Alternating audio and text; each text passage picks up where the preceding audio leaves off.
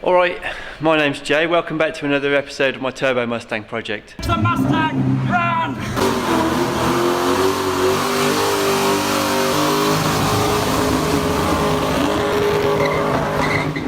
Well, it's been a while since I did anything on this. I've been fighting with Renaults again for the last few weeks, month or so.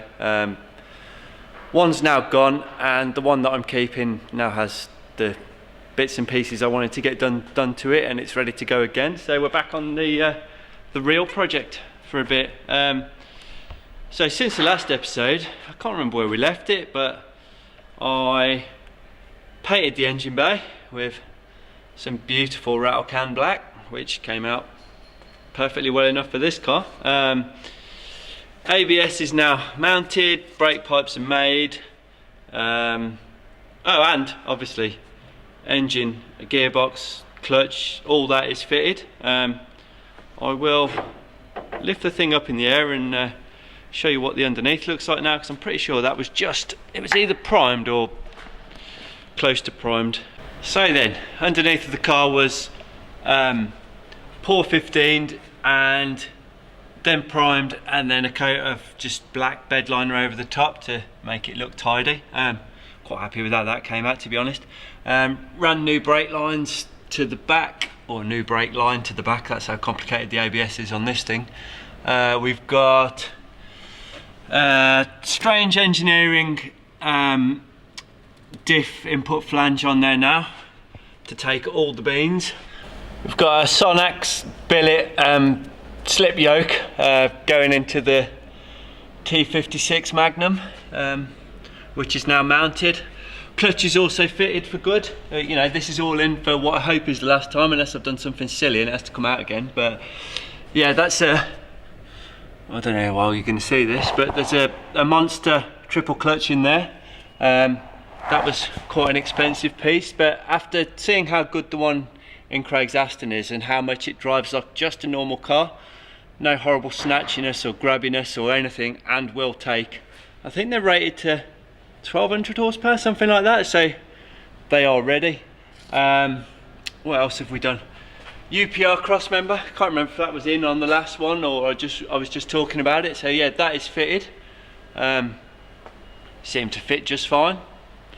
Nothing, I mean, it was a bit of a stretch to get the arms in here. Could have been, you know, a couple of mil. It was a couple of mil either further apart or closer together would have just been lovely, but whatever, that's how it is. Arms came back from powder coating, but they may not be staying, but we'll see in this video what happens with that. Front coilovers, I talked about we're going to make some HSDs fit. I did. I'm just trying to get my head around where all my stuff is, because it's been a few weeks. So we did make some bottom cups for HSDs. So we've machined a sleeve to fit into the Maximum Motorsport top mounts. Bottom cups made. I just basically need to select the damper length that I want, but for now I'm going to wait and see what happens with the suspension. What else have we done?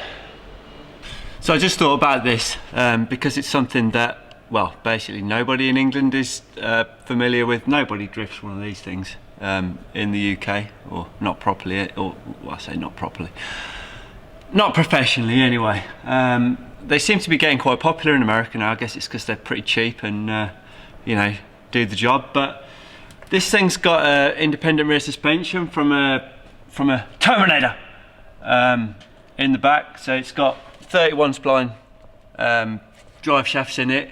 Like I said before, I've upgraded the input from the bolt-on flange to one that flits straight onto a UJ, but the diff in it is never been very good. It's just the Ford track lock 8.8, and I rebuilt it years ago with carbon plates, and it's just a bit random. If you lose traction, it'll just roast the tyre, and it's just not really what I'm looking for. Now, if I have to run a spool, I'll run a spool, but what I'm trying to ask is there a proper plated limited slip diff option with ramps, you know, a proper plated ramp angle limited slip diff available for one of these, because I don't really want a Detroit locker, I don't want a torsion, don't want a viscous. They're all just a bit, I don't know, we've been doing this long enough to know that they're just going to cause randomness, and that's not what I'm looking for. So if I have to lock the wheels together with a spool, that's what I'll do. But if there is a proper diff available, I'd like to know about it, and yeah, we'll see if we can get one ordered, or see if I can afford one, I guess is the the actual phrase I'm looking for. But yeah, anyway, back to what we're actually going to get on with. So going to drop this thing down. The water pump and the front pulley system and all that isn't bolted on properly, so I need to take that off. We're going to put some gaskets and sealant and whatever in there, bolt that on for the last time. Alternator mount, steering pump, all that good stuff can go on for the last time now. And then I guess I'll see where I am at that point and decide what's next. As we can see, my friend Craig's been here colouring in any marking that says 4.8. Thanks, Craig. Go make some more brackets or something. Feels good to be actually bolting stuff on. So there we go, not much has changed, but water pump and the alternator bracket are now on for good. Started thinking about the steam pipes and fitting them with the car manifold. I'm gonna get some help off Craig for that, because he seems quite committed that I can flatten them a bit and make them work, but if not, we'll get a kit and figure that out. But for my next job, I was going to put the exhaust manifolds on, then remembered that I need to tap them for these thermocouplers. We're going to run I'm going to run 2-channel EGT on this exhaust gas temp. I know 8 would be better, but you know, man's got a budget, and 2 seems better than 1, so we're going to have 1 on each bank. So I think all I've got to do is, from memory anyway, tap the manifold somewhere in the collector piece to, I think it was 8th NPT, but I'll double check that, and we'll get the bungs put in there for good. They seal on an olive, so it's just got a little adapter that you screw into the manifold. I've also got to block off the old EGR on that one, so there's another quick job before I fit them, and then yeah, they can go on and stay there forever. One EGR blank marked out with Professional Engineers black. I'll just bandsaw that out then, drill some holes, bolt it on.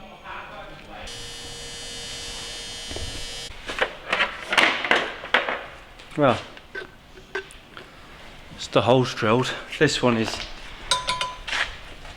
got the boss fitted. Tap this one, and these manifolds can go on for good then.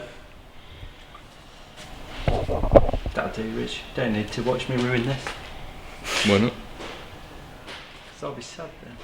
Yep. And my technique will be all wrong, and the internet will tell me, and then I can't believe it's tapping it like Can't that. do YouTube if you don't like the criticism. just don't read it. That's my approach. Yeah, you look at me, you just get fat. Well, that's your own fault. Well, that says ready then, so I guess I'll put them in. It's getting a bit dark and cold, so I guess I'll put them in and see how inspired I'm feeling at that point. Might call it a night and do a bit more on Monday.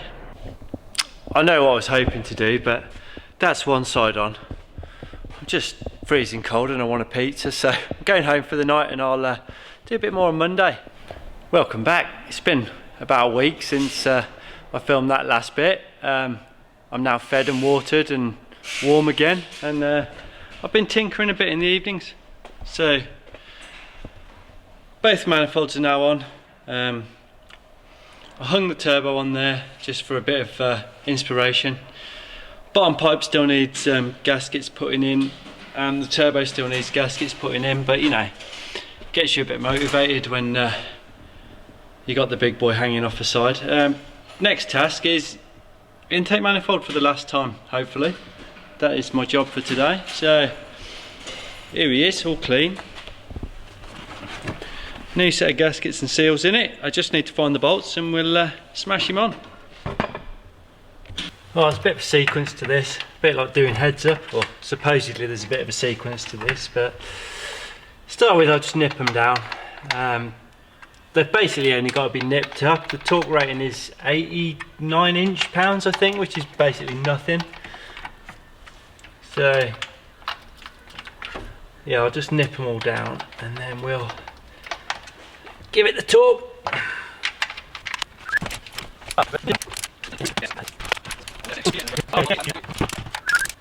Well, that's going to be boring. Give me a minute. There we go, lovely. Right, next bit then, let's stick some injectors in this thing. I know I briefly showed them months ago, but I don't think I've had them out of the box yet. So we've got a set of Snake Eater Performance injectors. The fuel system on this thing is something that I may have got a little carried away with. Probably gone too, well, not probably gone too far, definitely gone too far for UK fuel. Basically went on the internet, looked at what everyone was running in America, ordered that, and then thought, oh, hang on a minute, we don't get E85 here. So hopefully these are going to idle, because this is a set of 8 1500cc snake eaters. Yeah, as long as it idles, you know, I'll be keeping them for good. If it becomes a massive problem, then I might have to get a set of thousands, but if I don't have to buy another set of injectors, that'd be quite a good thing. So quite exciting putting these in. This was one of the bits I was excited to get hold of, so let's get these things in and tick another thing off the list. So before I fitted them, I was just looking at this the injector flow report that comes with them, because I think the guy's name's Brad there, tests each set personally before he sends them out. So I mean, it's probably going to make no difference in reality, because there's enough fuel going to come out of these to turn the engine into a submarine. But you know, I'll at least try. I'll put the higher flowing ones at the back and we'll work our way forward. But I mean, they're all within, well, it says 1.7%, so yeah, colour graph ain't gonna help me. Can't see colours very well anyway, but yeah, sweet. Let's at least try. That's got them sorted into order. Let's simply just slip this in. Don't know if I'll be able to do it one-handed, but we can try.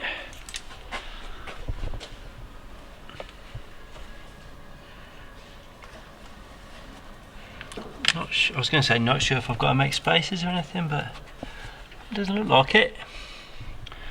Looks like they go. Looks like I don't know what it looks like right now. Give me a minute. So, joys of having a quag next door. I had the wrong O-rings for the bottom. Now I have the right ones, and let's get these clipped in and actually fitted this time.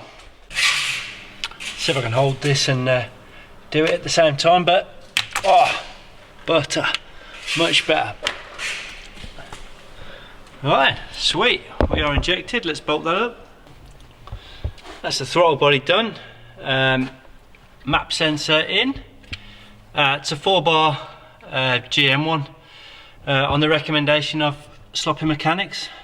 So yeah, full scaling and whatever is available on their wiki page, I think it is. So they're about, I think, 14 quid, something like that on Rock Auto. So there's your answer for your cheap, genuine map sensor. Probably going to make some kind of bracket or something to hold it in, because it's on a plastic clip. But when this boy has all the boost, don't want to shoot that out through the bonnet, do I? So we'll do some sort of little clip there to hold it in. But next, let's open up the plugs. So time to gap these plugs. Mentioned the Sloppy Mechanics wiki before. Basically it's the instruction manual for budget turbo LS. So we're on NGK BR7EFs, which nothing fancy, copper plugs, you know, they're less than 20 quid a set. That's the beauty of these things. For the big boy boost, 20 to 24 thousandths of an inch gap. So we'll set that and put 8 plugs in this thing. Right, just noticed, to be able to get the water temp sensor in the head down there, I'm going to have to cut this bit of bracket here off the steering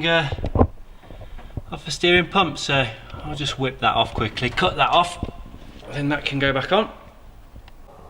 It turns out that I don't need this bracket at all with the accessory setup that I've got. trying to think who the kit was from actually. It sorted me right out. LSX Innovations, that's what kit it is. Truck spacing, so no need to buy you know, a new steering pump, front damper, water pump, all that. Works with the truck stuff, so saves you quite a lot of money, especially living in England where a front drive setup is probably $600 or $700 by the time we get here. So I think this one was $100 and something. So, you know, nice and budget orientated, like most things that I try and do. Be gone. I'm never going to get this back on one-handed, so give me a minute. Well, that's sorted. I was just about to put the coils and plug leads on, and this is the first time the coil brackets have been on the car while the engine's fitted into the engine bay, and I don't think coolant pipe through coil or Wi-Fi coolant is going to be a thing, and there's no way I'm running this car without a heater, so looks like we've got to do something about the coil bracket and coil position, at least on this side. Might do both sides. I'll have a think about that, but I guess if I can't finish that tonight, I'm going to put the starter motor on, because that's the other job that can get done, and then we'll have a little look at exhaust plans. So this is one of those, you know, car business things where I'll just go bolt my brand new starter motor on, the one that Craig told me to get, our lad, which was for I don't know what it was, 14, 16 Camaro, something like that anyway. Turns out, depending on which bellhousing you got, it doesn't really fit. So I've just spent the last, I don't know how long, I don't really want to look at the time because it's dark and I'm hungry, but filing down the nose of it there so that it clears the bell housing. So yeah, that's now done. I can bolt the starter motor in, and I'm going to call that a night, and we'll take it up again next week. Bit more tinkering. Right then, boys and girls, we're back. New week. A couple of days locked in prison, but we're back in the workshop today, so that's sweet. Next on my list of things to do is start looking at the exhaust. I have chopped up the monstrosity that I was going to call an exhaust back to just a downpipe. The V-band I was using to mock up was just a standard 4-inch. These Borg Warner things use, I think from memory, it was a 4.6 inch face, so they need a special V-band of their own, obviously, because, you know, why not make it difficult? So that is now on this pipe, and we're going to go see Quaig and get him to tack that on, and then I'll get the car up in the air and we'll decide what pipes I need to order to get the thing to the back of the car.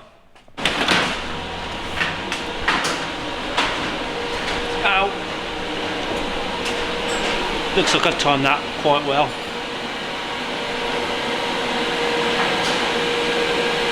Seems to be practicing on his own things, which is nice. Play with it. Finished practicing on yours? Yeah, well, I'm not practicing, I'm actually making an exhaust. For this thing?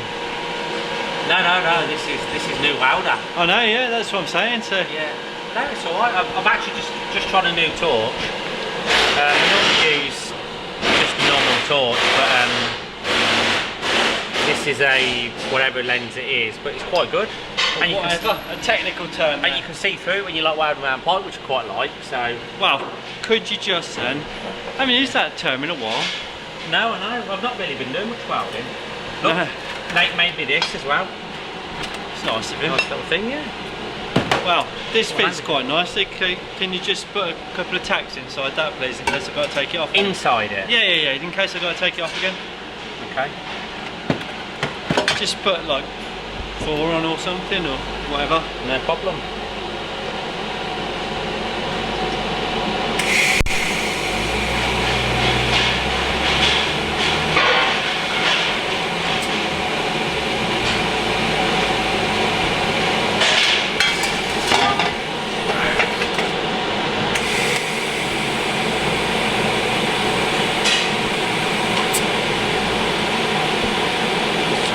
Whatever, as long as it holds on. 3 will be fine, Yeah. so evenly. Ow!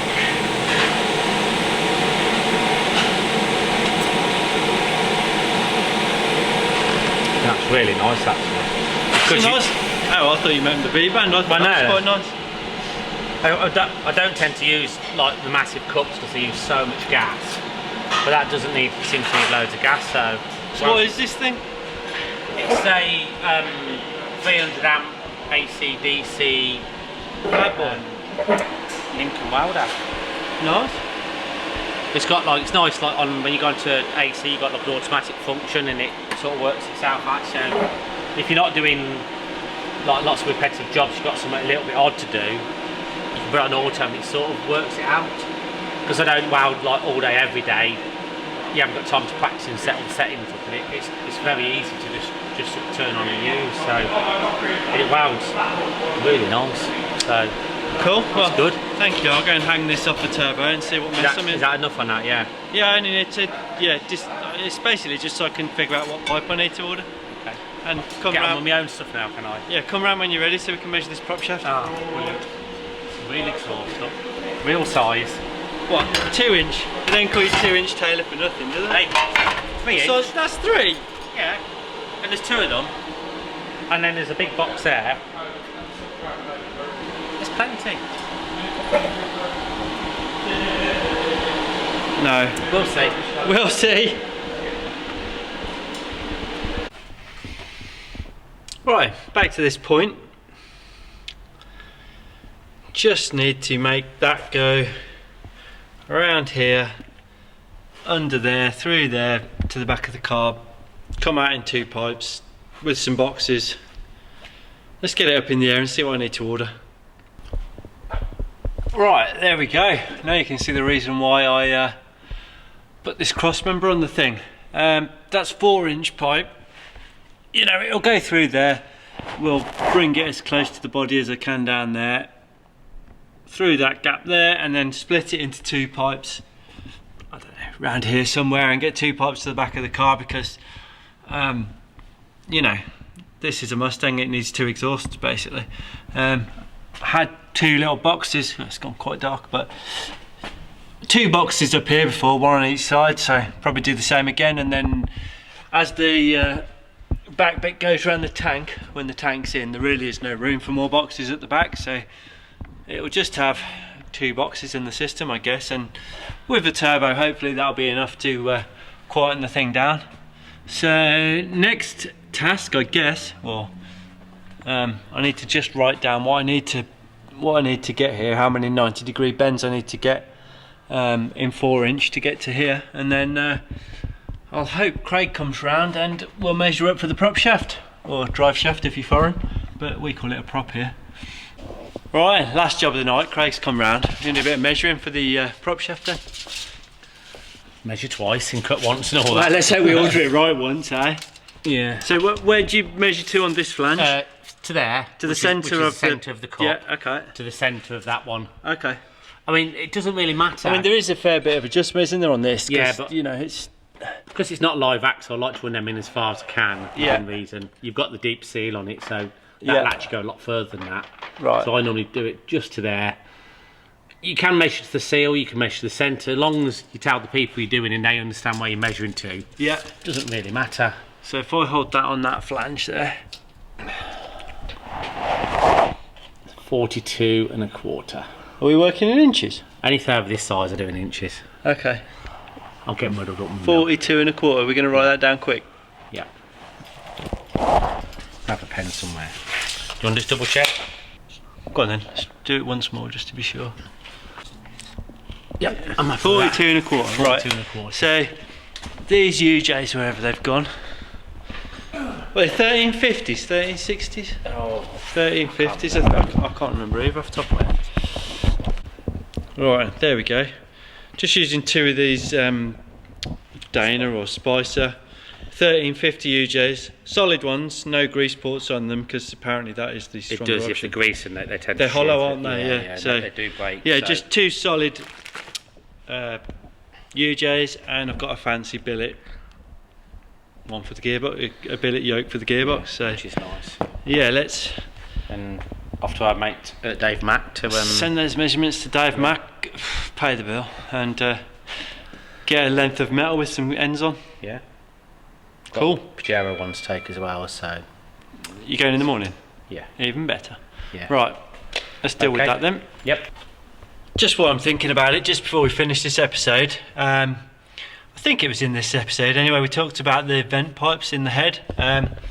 What I ended up doing was tapping the holes out to an M8, and I've got an M8 to -3 adapter in all 4 of them.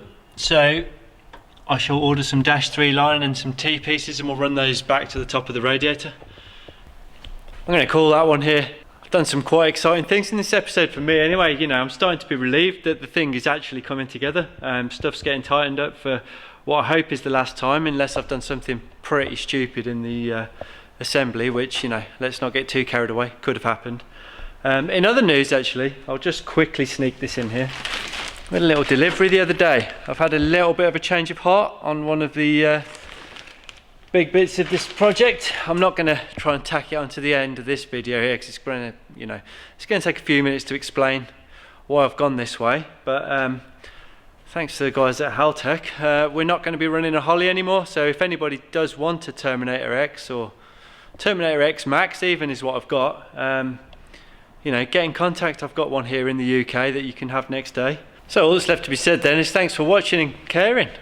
You know, not the most unique build in the world, is it? But I guess it's something to do with your spare time, and it's getting me quite excited now. I'm happy to be back working on it. So until next time, stay safe, keep out of trouble, and buy something from the shop.